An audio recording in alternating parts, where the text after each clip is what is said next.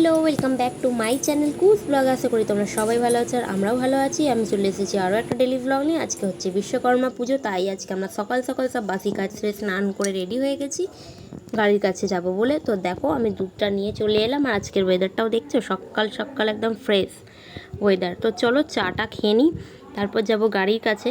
বাউন already দুবার এসে ঘুরে চলে গেছে, কারণ তখনও ওদের স্নান হয়নি সেই কারণে। আর এদিকে হচ্ছে বাবা ঠাকুরের জায়গাটা পরিষ্কার করে দিচ্ছে, আর আমার শাশুড়ি মা গেছে বাউন মশাইকে ডাকতে। তো চলো, কুহু তো দেখো গাড়িতে উঠবে বলে মাথা খারাপ করে দিচ্ছে, আর বাউন মশাইও চলে এসেছে যে পুজোটা আগে করে নিই, তারপর আসছি তোমার সাথে কথা বলতে।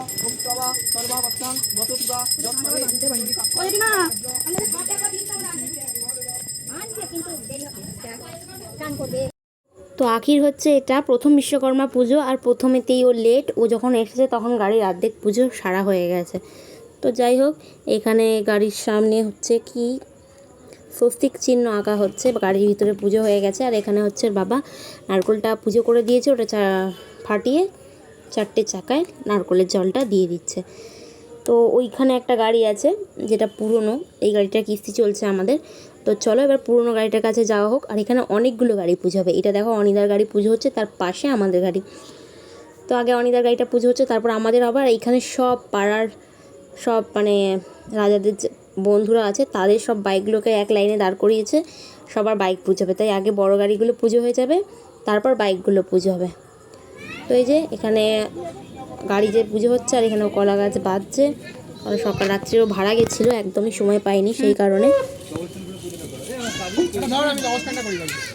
তো চলো গাড়ির পুজো হয়ে গেছে, এবার খালি বাইকগুলো বাকি। আর এখানেও নারকল ভেঙে এখানেও যেমন জল দেয় চাকায় দিয়ে দিচ্ছে। ভগবান বিশ্বকর্মা সুস্থ রাখুক, গাড়িগুলো ভালোভাবে চলুক। আর এখানে হচ্ছে আমাদের পিসি শাশুড়িদের আছে রান্না পুজো, রান্না পুজোর খাবার চলে এসেছে, দেখতে পাচ্ছ। তো আজকের লাঞ্চ এটাই হবে।